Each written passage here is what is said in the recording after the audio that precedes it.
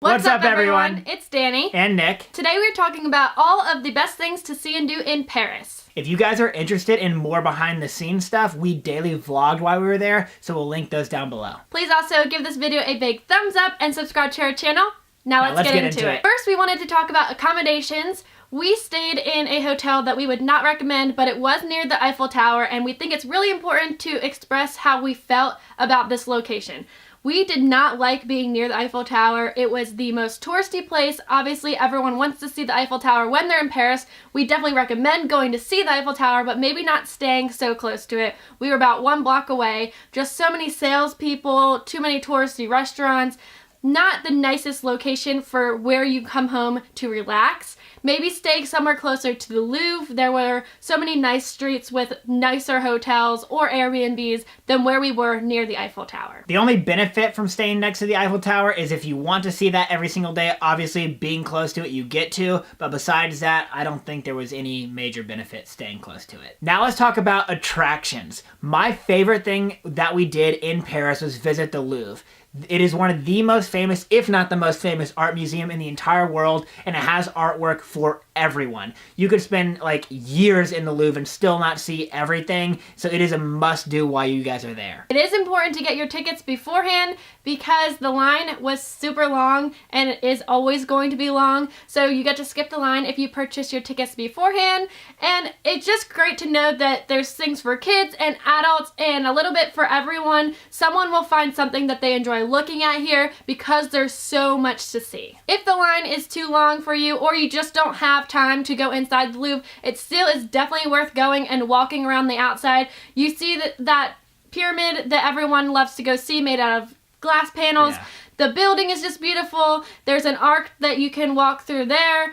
Just so many great things to see around the area that is definitely worth going to if you don't have the time to spend walking through a giant museum. We also recommend buying your ticket for the earliest time. I think it was 9 a.m. for us. That will give you a better chance of having the least amount of crowds just because there's not going to be anyone in there beforehand. So to have the least amount of crowds in front of the Mona Lisa, we went right in at 9 a.m. and then we went straight to the Mona Lisa just so that we could see it without a mob of people around it. Because some 30 minutes after it opening, there was already a giant crowd.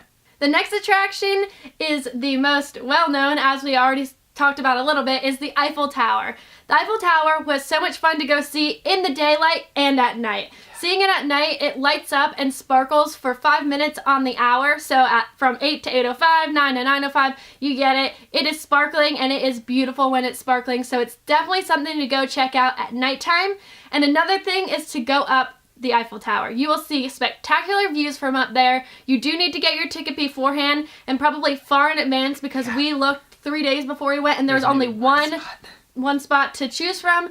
So get your tickets beforehand. We went to the second floor. You can go to the second floor or to the top. I've heard mixed reviews about both. From our experience on the second floor, it was a beautiful view, not that crowded. There's also a restaurant up there that you can go to.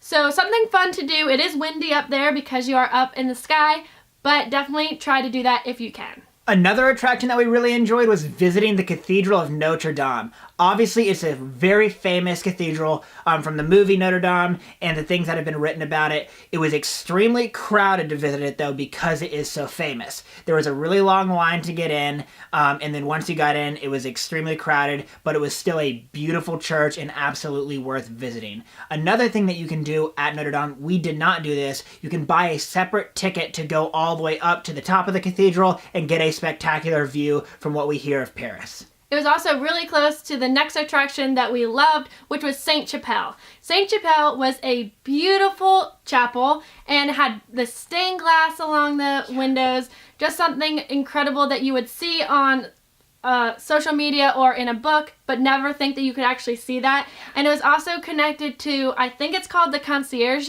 something like that, that we had a separate ticket that we went into, and that was so cool. It was like an old prison. You got to see rooms where they put way too many people in a room and just see how prisons were back then and walk through it. There were so many artifacts and just things to learn about the concierge, and it was right next to Sainte-Chapelle, so very conveniently located and about 2 minutes from Notre Dame. It was where the prisoners were kept during the French Revolution. Marie Antoinette was kept there, and a lot of other famous people, I believe. It was just really cool to see all the history in that prison and what took place there. Another great thing to do while you're in Paris is visit the Arc de Triomphe. That is a giant arc on one end of the Champs-Elysees.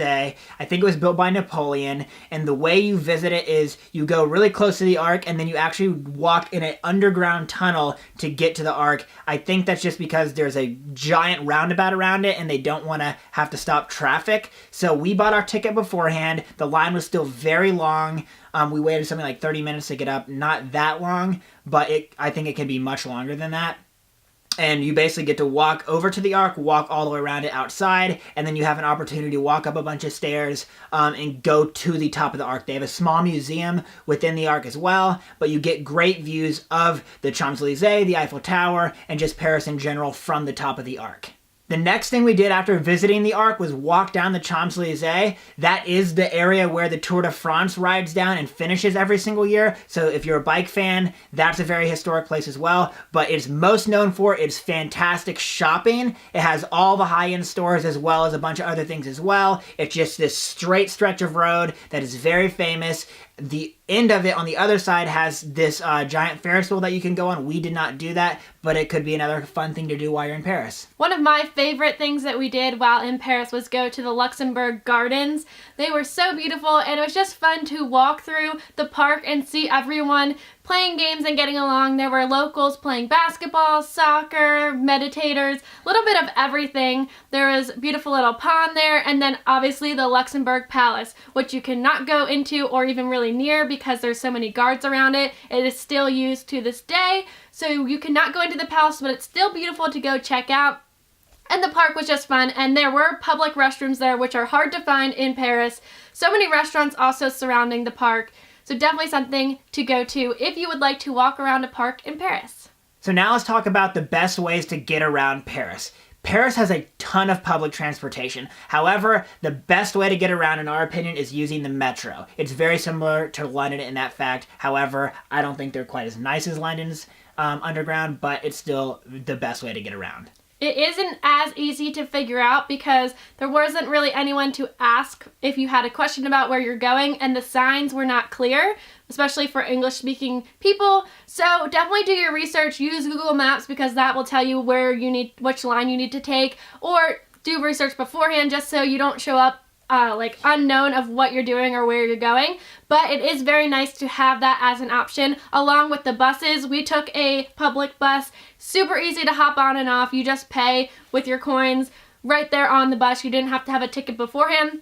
Takes you right to where you're going. And then there's also those hop on, hop off buses. There is a train station nearby, and the airport was not too far as well. You also have taxis and Ubers just like any other major city does. But as we always say, our favorite way of getting around is our feet. We love walking. Because we were near the Eiffel Tower, we enjoyed walking away from the Eiffel Tower to those other locations because you get to see more of the intimate part of the city and where people are living and just things that might not be on this touristy list of best things to do. You can walk through other chapels that aren't as famous and are more intimate to get to see a little bit more of Paris and the unknown side of it. Usually we mention our favorite restaurants. In Paris, we ate a lot of street food, and because we were near the Eiffel Tower, we did not find a favorite restaurant location. Because we were in such a touristy area, it wasn't the best location for food. Everything was overpriced, and we ate a lot of pizza and pasta while in Paris. The food was always good, but nothing wowed us. There are so many super nice restaurants in Paris with those chefs that you see on TV and 5-star restaurants, all of that kind of stuff, but we were traveling on a budget. We weren't looking to spend a fortune on our dinners, so we did not attend any of those restaurants.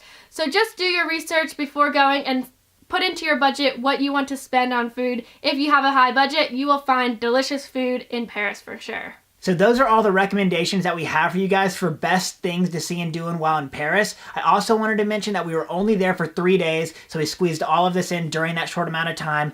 I do want to say that Paris has so much more to offer, so if you do have a longer time while you're there, there's so many other things that you can do and see as well. If you have any questions about planning a trip to Paris, please leave them in the comments below. We would love to answer them. And while you're down there, please give this video a thumbs up and subscribe to our channel. And if you are doing a Europe trip and coming from Edinburgh, Scotland, or going to Amsterdam after you visit Paris, please check out our other videos and see how we traveled from place to place.